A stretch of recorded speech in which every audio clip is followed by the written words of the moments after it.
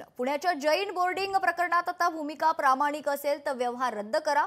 मुरलीधर मोहोळांबद्दल अजूनही संशय असून मोहोळांना चितपट करण्याचा राजू शेट्टींनी इशारा दिलाय।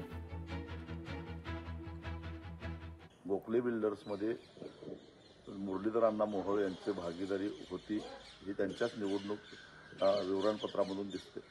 आज ते म्हणत असले की मी त्या राजीनामा दिलेला आहे, तो राजीनामा त्यांनी उपरती होऊन दिलेला नाही, तर केंद्रीय मंत्रिमंडळामध्ये समावेश झाल्यामुळे त्यांना तो राजीनामा द्यावा लागला। पण याचा अर्थ त्यांचे व्यावसायिक संबंध संपले असं होत नाही। मुरलीधर अण्णा मोहोळ यांची जर का भूमिका प्रामाणिक असेल, त्यांचा काही या व्यवहाराशी संबंध नसेल, तर अजूनही त्यांना एक संधी आहे। त्यांनी पुढाकार घ्यावा आणि केंद्र सरकारमध्ये असणारं त्यांचं वजन, राज्य सरकारमध्ये असणारं त्यांचं वजन वापरावं आणि हा व्यवहार पूर्णपणे रद्द करावा।